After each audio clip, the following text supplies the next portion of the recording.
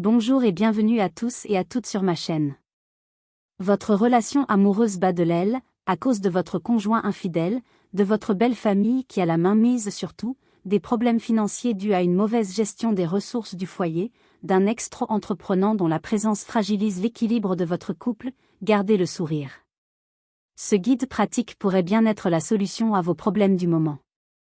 Il regroupe 18 thèmes en lien avec les difficultés, habituellement rencontrés au sein des différents ménages, et contient de judicieux conseils, qui vous aideront assurément à y voir plus clair.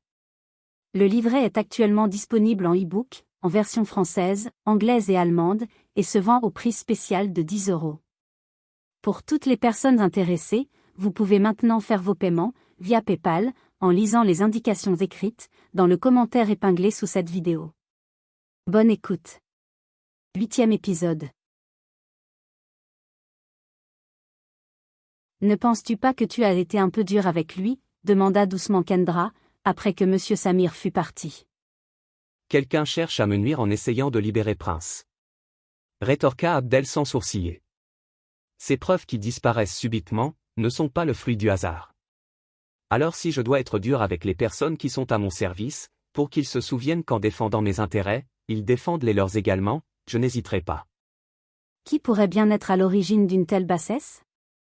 Je n'en suis pas sûr, mais je pense avoir ma petite idée sur la question. Lança Abdel d'un ton égal. Je n'aime pas du tout la tournure que prend cette histoire. Remarqua Kendra, avec une pointe d'inquiétude dans la voix. Kendra mon amour, tu dois rester forte. Murmura Abdel en prenant son visage dans ses mains pour la dévisager affectueusement. Je suis là avec toi, et quoi qu'il arrive, je ne laisserai ni Prince, ni personne d'autre s'en prendre à toi. Oh, Abdel ! S'exclama la jeune femme tristement. Qu'allons-nous devenir ? Il y a trop de monde, qui en veulent à notre amour.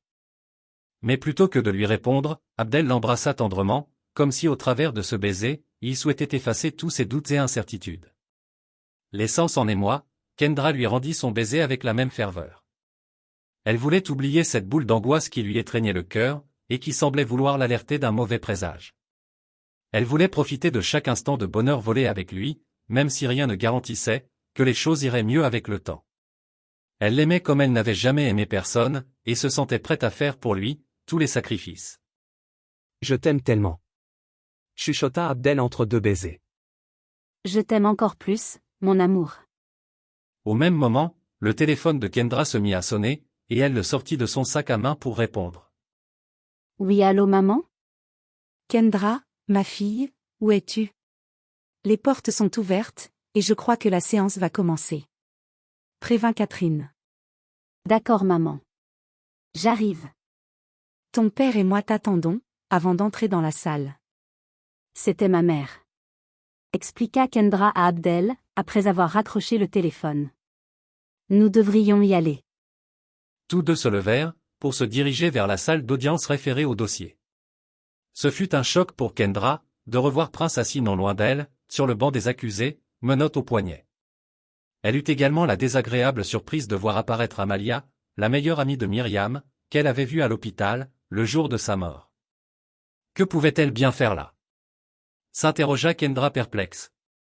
Elle n'appartenait pourtant pas à la famille Aman Kadir, alors en quoi ce procès la concernait-elle ?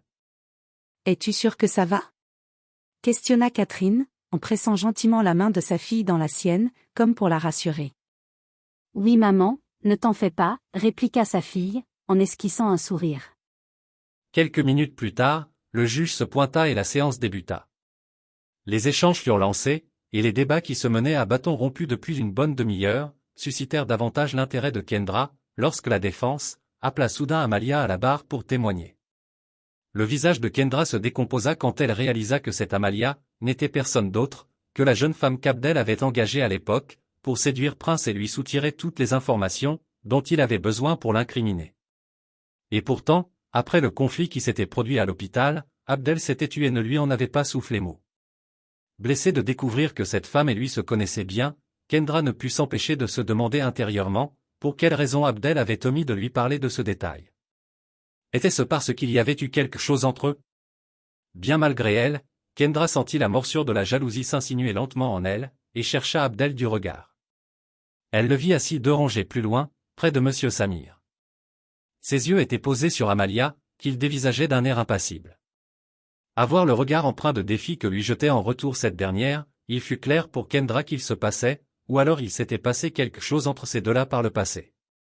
Elle se sentit si bête, et réfréna son envie irrépressible de crier, de toutes ses forces.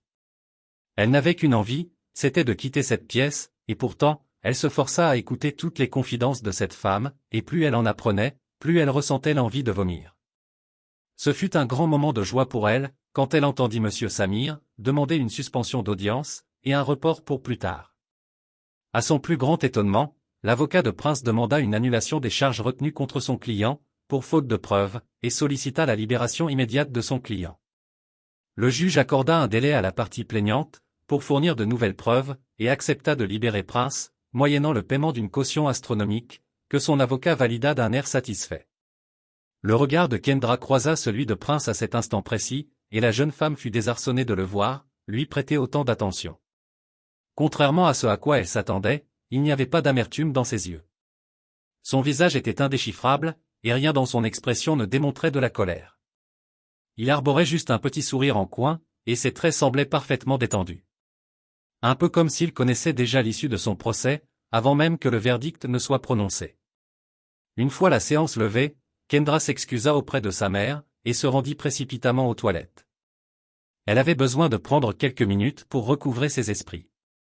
Il lui était difficile de concevoir que Prince allait être libéré même pour une période aussi courte que celle qui avait été fixée par le juge. Peut-être qu'en fin de compte, c'est Monsieur Samir qui avait raison en suggérant qu'elle, Kendra, témoigne.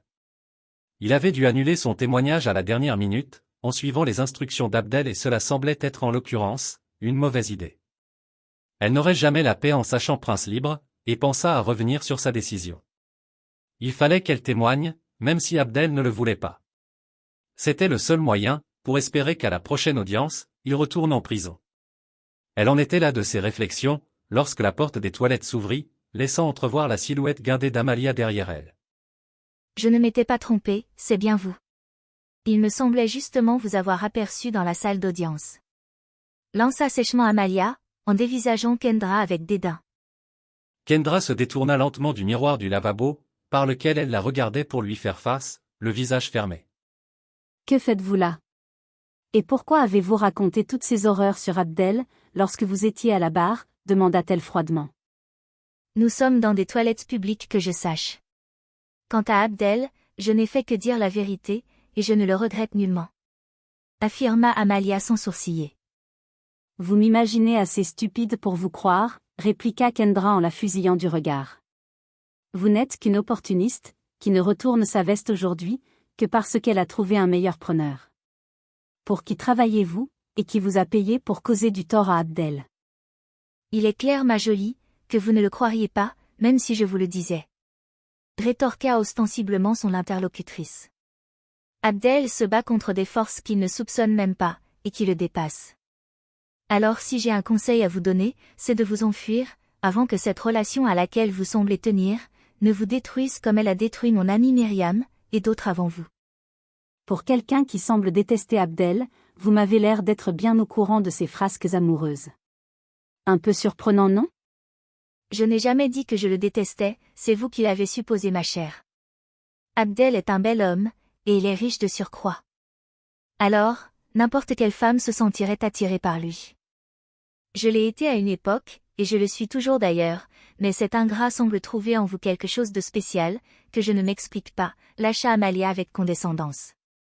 Quand je pense que vous m'avez traité de salope, le soir de notre rencontre à l'hôpital.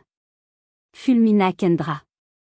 Vous avez presque réussi à me sentir coupable, alors que vous ne valiez pas mieux que moi. Espèce de sale garce. Je vous demanderai de faire attention à vos propos, car... Sinon quoi? L'interrompit Kendra furieuse. Vous croyez que vous me faites peur? Je ne sais pas, mais à mon avis, vous devriez. Fit remarquer promptement Amalia. J'en ai vu d'autres, et sachez-le, la prochaine fois que vous essayerez de vous en prendre à moi, je serai moins passive, que je l'ai été la dernière fois. Prévint Kendra d'un ton glacial, en soutenant son regard. Si votre désir est de me voir quitter Abdel, je peux vous garantir, que cela n'arrivera pas, tenez-vous-le pour dit. Dans ce cas, j'espère que vous aurez assez de patience pour en subir les conséquences. Lança Amalia, en esquissant un sourire provocateur. Kendra la toisa une fraction de seconde, puis, la traversa sur son passage, et quitta la pièce sur ces paroles menaçantes. Elle partit retrouver ses parents, qui l'attendaient depuis un bon moment dans le corridor, près de la salle d'audience. « Comment te sens-tu, ma fille ?» lui demanda sa mère, en la voyant arriver. « Est-ce que ça va mieux ?» ?»« Oui, maman. As-tu vu Abdel ? » ?»« Il est parti.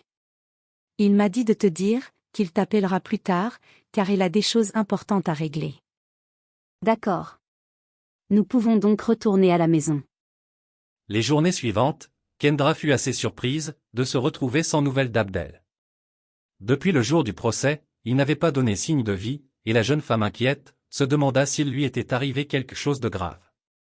Il n'était pas dans ses habitudes de se faire aussi rare.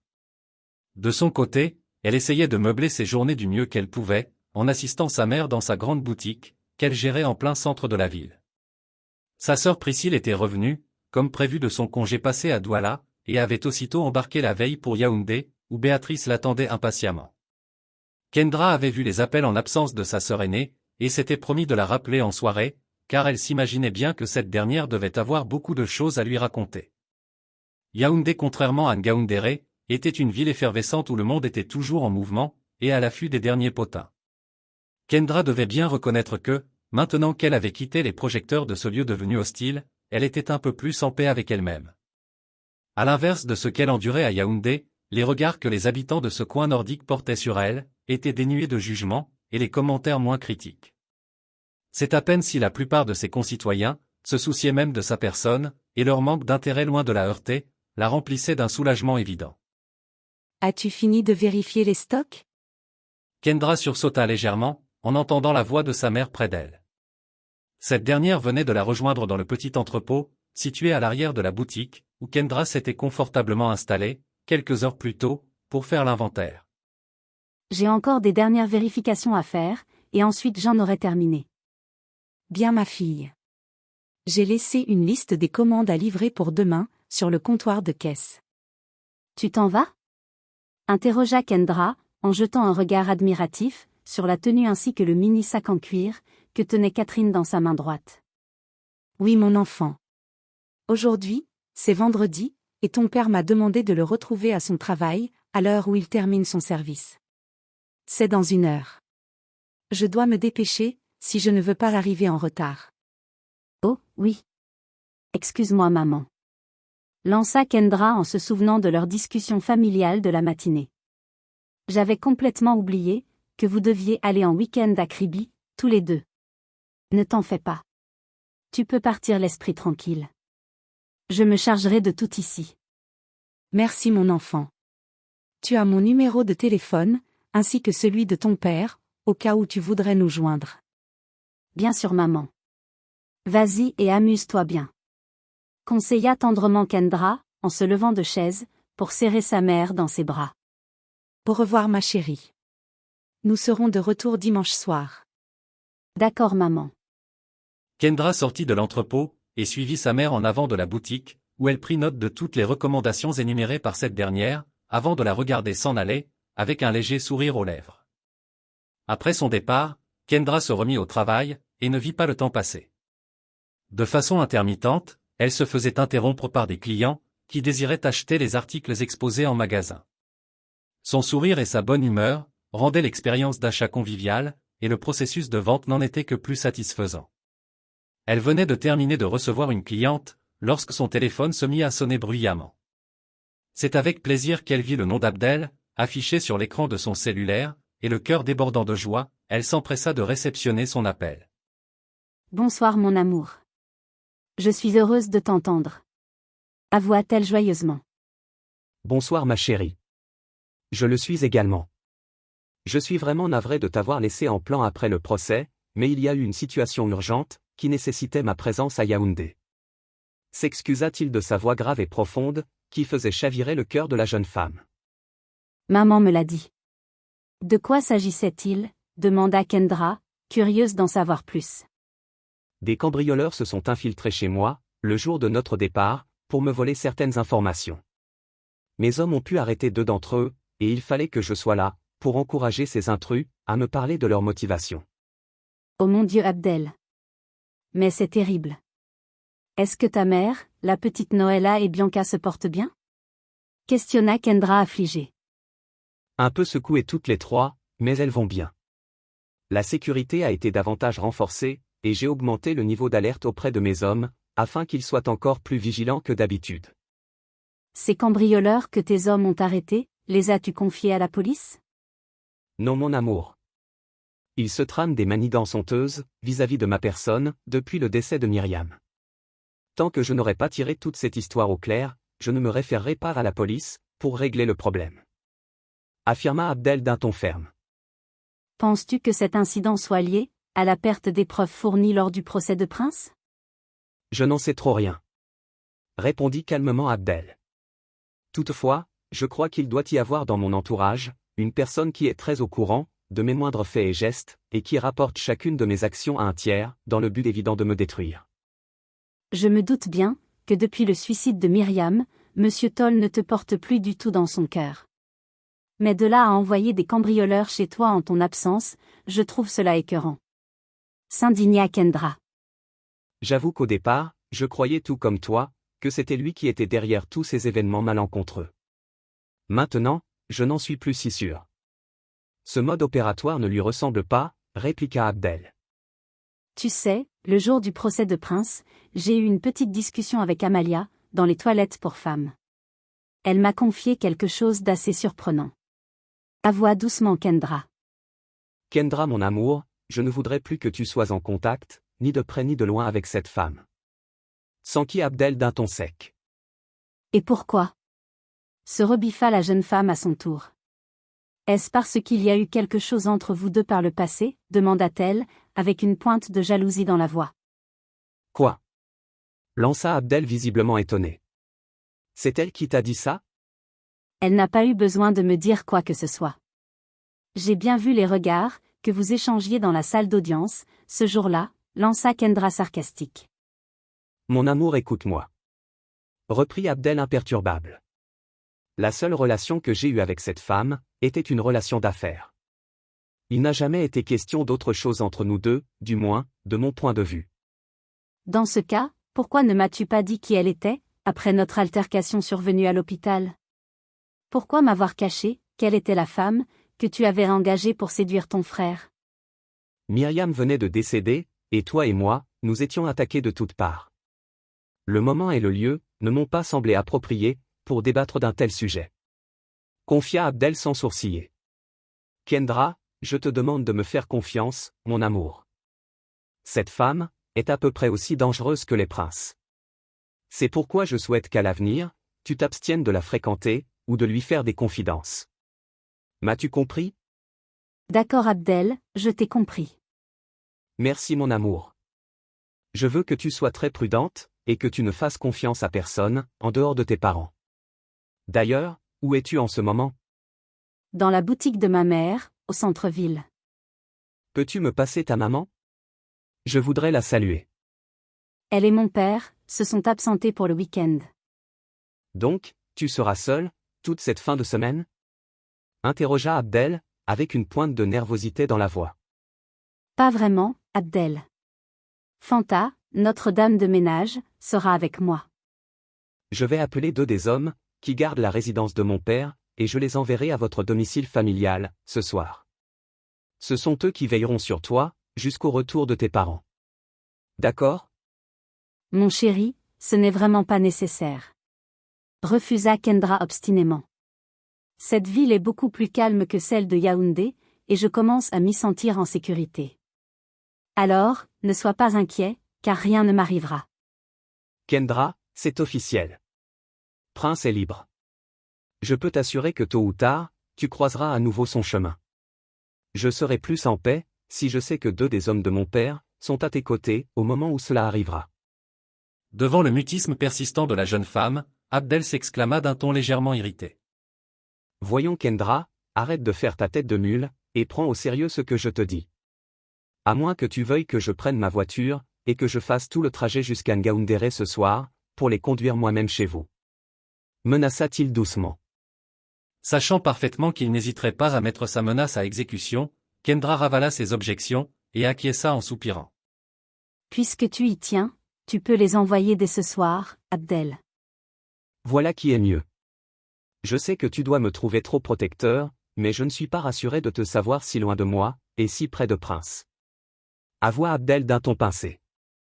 Tu n'as pas besoin de t'expliquer, Abdel. Je comprends. Déclara Kendra tendrement. En as-tu encore pour longtemps à la boutique? Non. Il est presque l'heure de fermeture. Si je leur demande de venir, dans 1 heure ou 2, cela te conviendrait-il? Oui mon chéri. Bien mon amour. Ce sera fait. T'es-tu rendu à l'hôpital dernièrement? Pas encore. Mais j'ai réussi à obtenir un rendez-vous la semaine prochaine, auprès du médecin qui ausculte ma mère. Je suis content de l'apprendre ma chérie. Tu me tiendras au courant, quand tu en sauras un peu plus. Je vais te laisser à présent. Fais attention à toi, d'accord? D'accord Abdel. Je t'aime. Je t'aime Kendra. Souriante, Kendra mit fin à l'appel. En relevant la tête, pour balayer l'espace du regard, ses yeux croisèrent ceux de Bintou, son ex-belle-sœur, debout à quelques mètres d'elle, qui semblait l'observer, depuis un petit moment déjà. Merci d'avoir regardé cette vidéo jusqu'à la fin.